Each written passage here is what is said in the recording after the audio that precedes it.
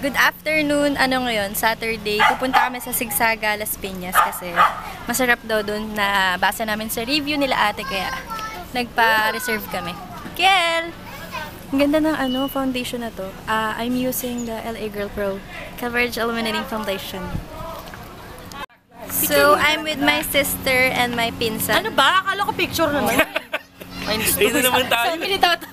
Eto na, picture na! Hi, I'm the kotse. Where are you going? Ako din. I don't know. Dito na kami sa may Zigzaga. Nakapila ka? Yan. Zigzaga, Casimiro. So, kapag malapit kayo sa Casimiro, mabilis nyo lang itong mapupuntahan kasi malapit lang siya dun sa may guardhouse. Hi!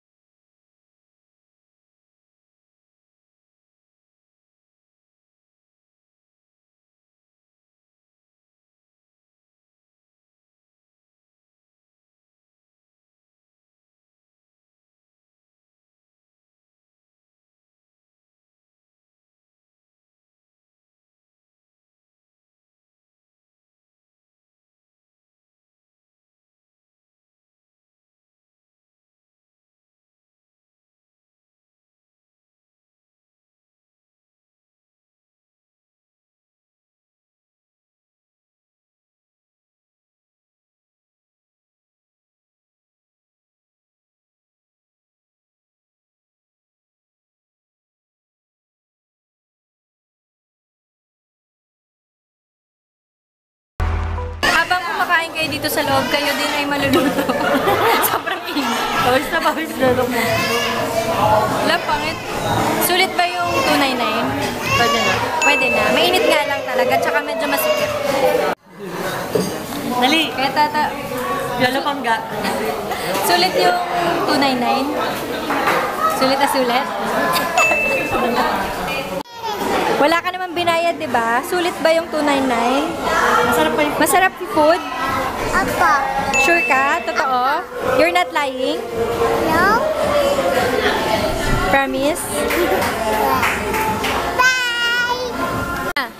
Sulit ba yung kinain mo na 299? Nasarapan ka?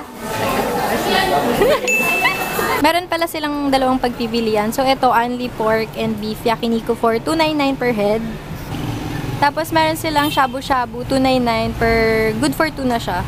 Nakauwi na pala kami. Yun, okay naman yung Zigzaga. If you want to try yung mura na eat all you can na Korean food, okay siya. Pero kapag gusto nyo talaga yung maramihan, mag-Sambokojin or Buffet 101 or marami pang buffet na Pero pag mura gusto nyo, pwede siya. Thumbs up.